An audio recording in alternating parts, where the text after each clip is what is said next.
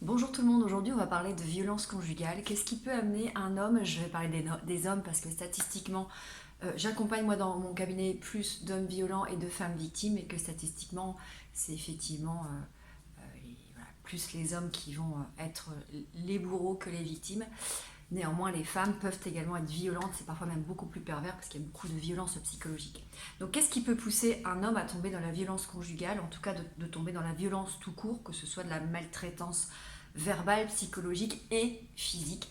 Je vais essayer de manière non exhaustive néanmoins de faire une approche selon l'histoire de vie, les schémas, la prise de substances et les pathologies. Au niveau de l'histoire de vie, il peut y avoir eu déjà un schéma patriarcal au sein de la famille avec effectivement une posture d'homme qui représente l'autorité, le pouvoir, la dominance. Et effectivement, l'enfant grandit dans cet environnement et il peut reproduire un schéma. S'il y avait déjà de la violence au sein du couple, il est possible que ce schéma soit reproduit, puisque si vous me suivez maintenant depuis quelques années, vous savez que les schémas, on peut les reproduire, les éviter ou les compenser. Donc il peut y avoir un schéma familial qui soit reproduit, que ce soit dans la violence ou dans l'image patriarcale du schéma familial avec un homme puissant, dominant et une femme soumise. D'ailleurs, on va dire que la puissance patriarcale, c'est aussi du point de vue sociétal, ça met une forme de pression aussi sur les femmes et sur les hommes aussi d'ailleurs, et qui peut engendrer de la violence. Il va y avoir la faible estime de soi. En tout cas, moi, dans tous les hommes que j'accompagne qui sont des hommes violents, alors soit ils sont sortis de prison, soit ils ont fait de la prison, soit il y a eu des dépôts de plainte. Il y a une très faible estime de soi, il y a souvent une énorme carence affective, ce qui bien évidemment ne justifie rien.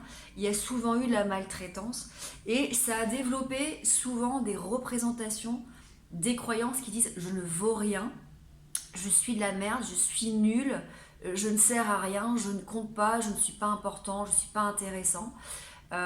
Et en fait, ces croyances sur soi vont être très souvent projetées sur le conjoint dans les actes quotidiens de la vie. Par exemple, madame va partir avec ses copines faire une soirée. Monsieur va se dire, de toute façon, elle se fout de moi, je compte pas, je suis pas intéressant, elle me prend pour de la merde. Et il suffit effectivement qu'il y ait une désinhibition, ça je vais en parler après, avec des substances pour que derrière il puisse avoir un acte de violence. Voilà, ou alors j'essaie de penser à des exemples qu'on m'a donnés. Voilà, un monsieur qui me disait, elle critique, voilà, je fais tout pour que tout soit bien dans la maison, et à un moment donné, elle critique, elle va me faire une critique en disant que ça c'est pas fait, ça c'est pas fait. Et là, en fait, tout de suite, le biais cognitif, alors il y a beaucoup d'impulsivité qui se met en route en disant, ouais, elle dit que ce que je fais c'est nul, donc je suis nul, donc interprétation, donc je ne sers à rien, donc je suis de la merde.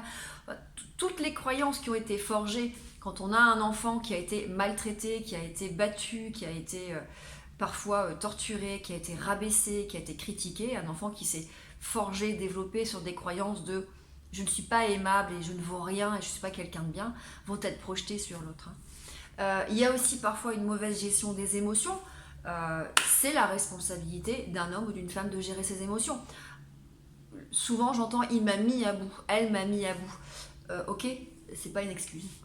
Il y a à un moment donné à apprendre à gérer ses émotions et la capacité à pouvoir repérer la jauge émotionnelle et calmer la colère ou l'anxiété, parce qu'il y a des processus aussi où l'anxiété va emmener sur un processus d'isolement à travers de l'alcool qui va après réveiller la violence. Euh, alors, tout en sachant que l'état émotionnel peut être lié justement à la fameuse histoire de vie et au trauma dans la vie. Vous allez retrouver aussi des pathologies. Alors, attention, on ne met pas tout le monde dans le même lot. En plus, dans les pathologies que je vais vous donner, il y a des pathologies que j'aime particulièrement et qui me tiennent à cœur. Donc, dans ce que je vais vous donner, voilà, tout le monde n'est pas à mettre dans le même lot. Donc, on va retrouver les gens qui ont des troubles bipolaires. On va retrouver forcément le trouble de la personnalité antisociale, qui est un trouble qui n'a pas d'empathie, voilà, qui prend le pouvoir sur l'autre, qu'on retrouve généralement beaucoup dans les prisons. Les troubles de la personnalité narcissique, combinés, surtout s'il y a des combinaisons avec des comorbidités. Le trouble borderline, qui est forcément un trouble que j'affectionne particulièrement, mais le fait est que, surtout chez les messieurs en particulier, un peu moins chez les femmes, mais chez les femmes ça peut se réveiller aussi, et surtout s'il y a des comorbidités, on peut retrouver aussi une forme de violence quoi, qui peut s'exprimer dans les crises. Voilà, et après il y a les substances. Bien souvent, en tout cas, la violence, elle démarre parfois sous l'emprise d'une substance, l'alcool ou des drogues dures comme le cannabis, la cocaïne, qui vont désinhiber, désinhiber les comportements et faire occasionner parfois par des passages à l'acte, en tout cas aussi. La cocaïne, c'est quelque chose qui donne beaucoup d'assurance et qui va désinhiber pas mal de choses. L'alcool également, dans, voilà, l'alcool est un piège parce que c'est à la fois, à un moment donné, voilà, c'est un monsieur qui m'expliquait que dans son processus, voilà, il reçoit une critique, ça le ramène à tous ses traumas et le fait qu'il n'est pas important. Du coup, il s'isole et il va calmer sa douleur et ses émotions dans l'alcool. Et à ce moment-là, l'alcool désinhibant, voilà, l'inconscient l'amène à aller dans un acte de violence. Et c'est là où la prise de substance, quelle qu'elle soit, peut amener forcément à une forme de désinhibition des actes de violence. Voilà, j'espère que cela vous aura été utile. À très bientôt.